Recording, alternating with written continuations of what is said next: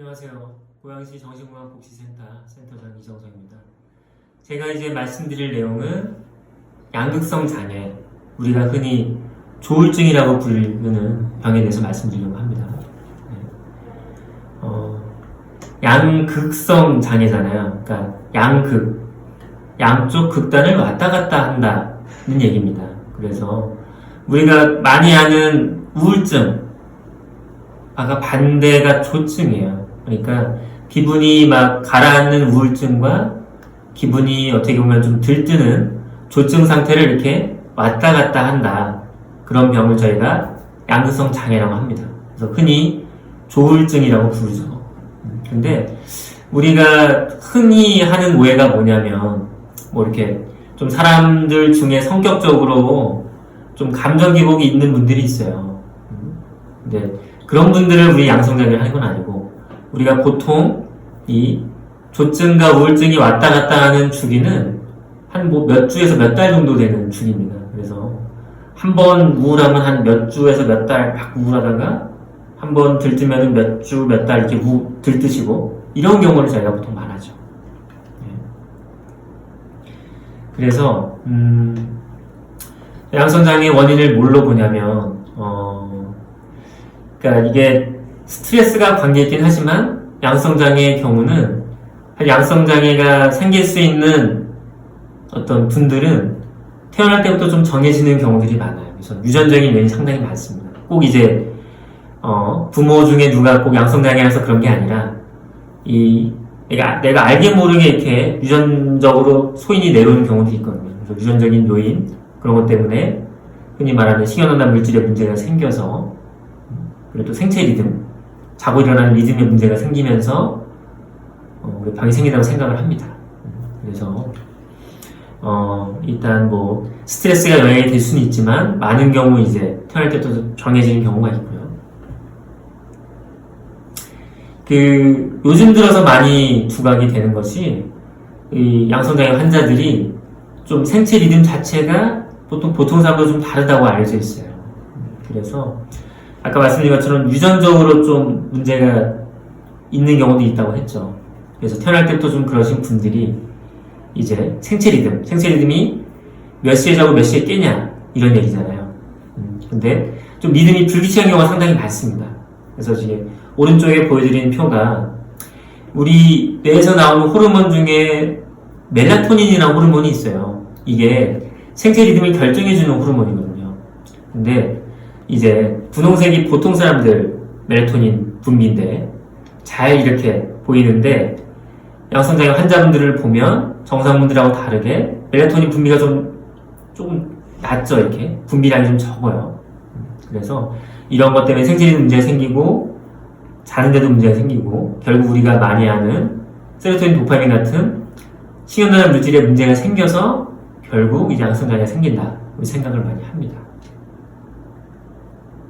그래서 뭐 우리 우울 증상은 많이 아실 거고, 우울증과 조증을 왔다 갔다 하는 병이 양성장애라고 했죠. 조증일 때는 그러니까 우울증의 그냥 완전 반대는 아니에요. 그러니까 어떤 분들은 이 오른쪽 아래 그림과 같이 그냥 기분이 좋고 뭐 자신감 넘치고 이런 경우만 있는데, 그냥 기분이 좋아진 것만 아니라 어떻게 보면 결국적으로 에너지가 넘치면서 일을 막 많이 하려고 하는데, 그걸 누가 방해하면 막 화를 많이 내요. 화를 많이 내고 말도 빨라지고 심지어는 뭐 이렇게 폭력도 많이 휘두르게 되고요. 이게 아주 극도로 심하게 되면 쉽게 말하면 정신병자 상태가 돼서 아무것도 못하고 이런 상태까지 이룰 수 있습니다. 그리고 우울 증상은 많이 아시죠? 이렇게 기분이 자꾸 우울하고 의욕도 떨어지고 식사도 잘 못하게 되고 무기력하게 되고 잠을 못 자고 심지어 자살생각까지 하게 되는 그런 이제 우울과 조증을 왔다 갔다 하는 것이 양성장애의 특징이 되겠습니다. 그래서 왜 치료받아야 되느냐? 이게 양성장애 환자분들은 기분이 좀 들뜨거나 우울하거나 그랬다가 또 좀 돌아오거든요. 그래서 많은 분들이 난 뭐 그냥 잠깐 그랬던 거야 생각을 하고 치료받지 않는 경우가 되게 많습니다. 그래서 처음 병이 생기더라도 치료하는 데까지 상당히 많이 걸리거든요. 근데 이렇게 처음 증상이 생기고 치료하는 데까지 시간이 많이 길어지면 길어질수록 안 좋아요.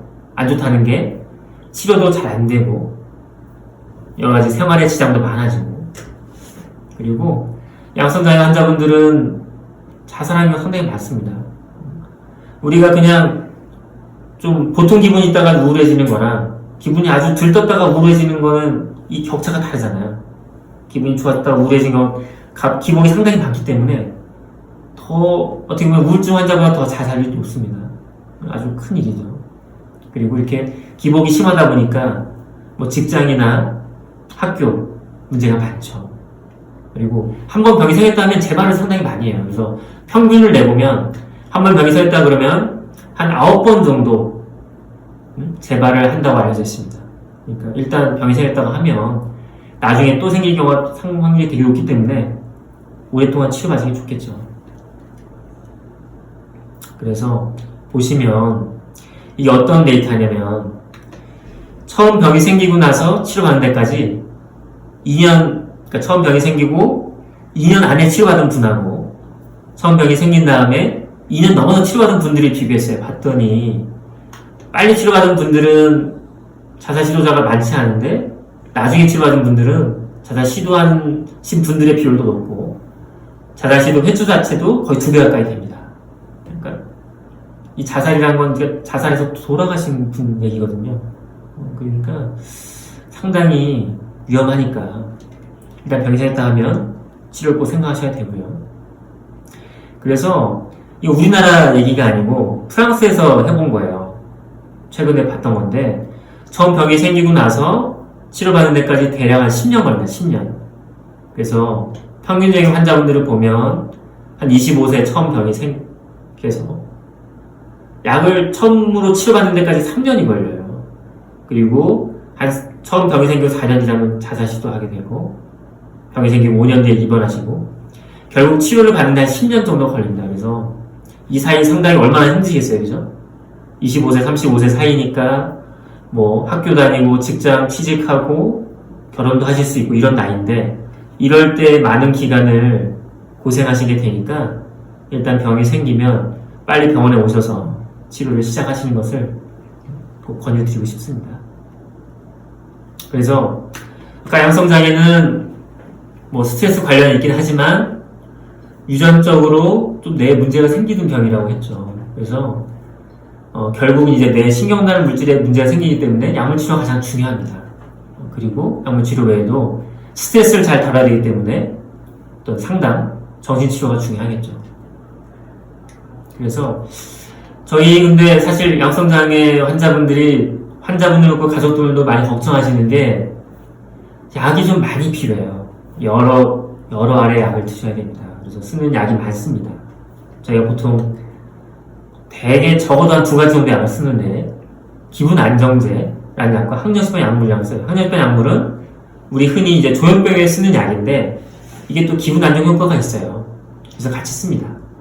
그리고 기분 안정제는 보통 이제 양성장애만 주로 쓰는 약이고요.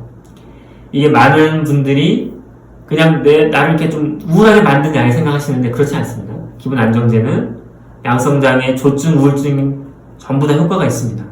그래서 또 오해하는 게 이 약이 또 간질 치료에도 같이 좀 사용되는 경우가 있거든요. 뇌전증이라고 좀 하죠. 그래서 간질약을 나한테 주냐 막 항의하시는 분들이 있는데 어쨌든 간질 치료도 사용되긴 하지만 기분 안정 효과가 있기 때문에 제가 쓰는 겁니다. 그래서 리튬, 발프로에트, 카마바제핀 같은 약들이 있습니다.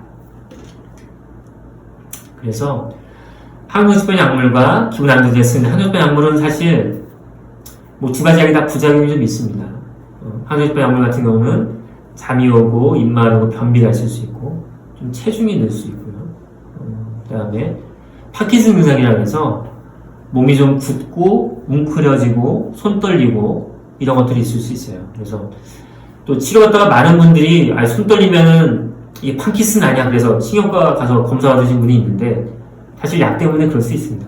근데 이런 부작용이 있긴 하지만 결국 말씀드린 것처럼 이 재발 방지를 위해서 꼭 써야 되는 약이죠. 그리고 기분 안정제는 이렇게 생긴 약들입니다. 근데 이 약들의 특징이 알이 좀 큽니다. 커가지고 이제 좀 드시기 좀 부담스럽고 겁내하시는 분이 있는데 말씀드린 것처럼 약물 치료는 되게 중요하죠. 그리고 이 약의 부작용은 사실 이 약은 좀 많이 드시면 아주 좀 위험하실 수 있어요. 그래서 꼭 복용량을 잘 지켜주셔야 되고요. 좀 임신 시 태아에 좀 안 좋을 수 있어서 여자분들은 좀 조심하셔야 됩니다. 그리고 특징적인 부작용이 아까 한오시판 약물도 그랬지만 몸이 좀 떨릴 수 있어요. 그래서 양성장애 환자분들 치료받으시면 손떨림이 되게 흔히 수전증이라고 하죠. 많으신데 약물 부작용입니다. 네. 그리고 리튬은 뭐 콩팥에 문제있는 경우가 간혹 있고요. 발프레트는 이제 간 수치가 좀 올라가는 경우가 있긴 하지만 뭐 이렇게 아주 위험한 경우는 별로 없습니다. 그래서 치료 시 주의할 사항은 말씀드린 것처럼 결국 이게 재발을 많이 해서 평균적으로 9번 정도씩 재발을 하는데 재발을 막으려면 꾸준하다는 거는 진짜 뭐 하루에 2-3번이면 꼭 2-3번 맞춰서 빼먹지 말고 드셔야 되는 겁니다. 말고 드셔야 되고 양성장애 환자분들이 생활 리듬에 문제가 생긴다는 거죠. 유전적으로. 그러니까 생활이 어쩔 수 없이 불규칙하게 되는데 이게 자꾸 불규칙하게 생활하다 보면 그게 또 안 좋습니다.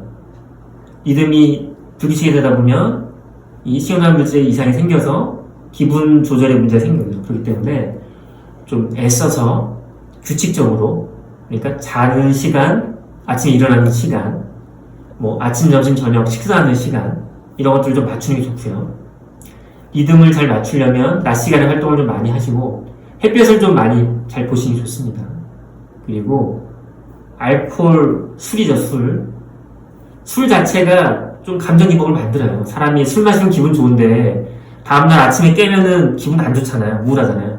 감정 기복 만들고 카페인은 많이 드시면 당연히 잠 안 오고 자다가 자꾸 깨고 그러니까 생활 리듬이 깨지기 때문에 카페인은 피하는 거 좋습니다.